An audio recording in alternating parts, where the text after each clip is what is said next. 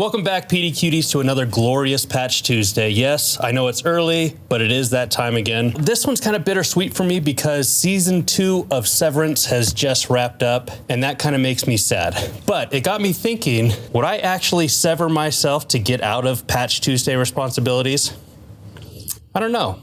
While you ponder that, let's go over some of the details for this month. Total exploits patched 122, kind of on the higher side. Critical patches 11, but already known or exploited only 1, so, nothing too crazy happening out there. First, we'll start off with some of our highlights. We've got CVE 2025-27740. Now, this is one of several 8.8 rated vulnerabilities we have this month. This one is impacting Active Directory certificate services, so if you are running ADCS, this one should probably concern you. This one, if exploited, this would allow a user to gain an elevation of privileges from a certificate. This is for like all those people that maybe have maybe someone working at their company that they don't quite trust. Those are the type of users I'd be keeping an eye on for this one. All right, next up we got CVE 2025-25,000. I love that ends in a 25,000. This is also a 8.8 rated vulnerability, and this one is Chromium-based Microsoft Edge vulnerability. So this one's going to impact most of you out there since Edge is basically impossible to get rid of, whether or not your users actually use it. Now, this is a type confusion vulnerability. This is pretty common attack surface for those systems that use dynamic typing, which allows variables to be set at runtime or updated at runtime. This type of attack is often combined with like phishing. So a lot of times they'll actually like send out an email or something like that to try to draw your users to their malicious website.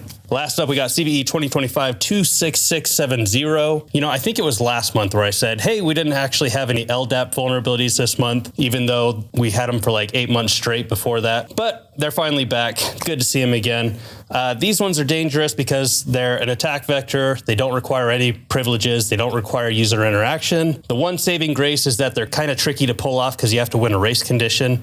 But again, if you are relying on the difficulty of an exploit for your security, probably not going to make your security analyst very happy with that. So I would get that one patched as soon as possible. And of course, restrict LDAP messages. Of course, you don't want that stuff coming in from like the internet or anything anyway. So now that you've had some time to reflect on it, what do you think? Would you sever yourself just to avoid Patch Tuesday? I started thinking about it, and I don't think I would, because I'm pretty sure my INI would just go full contact IT and just start blasting out all of the updates to production, and then I would have to clean up the mess. And if you don't know what I'm talking about, go watch Severance. It's an awesome show. Anyways, that is going to wrap up another Patch Tuesday for us. Thankfully, I don't have to worry too much about Patch Tuesday because with PDQ Connect, I can automate Windows updates, third-party updates, super quick, super easy. Until next month, everybody, I'm Brock with PDQ.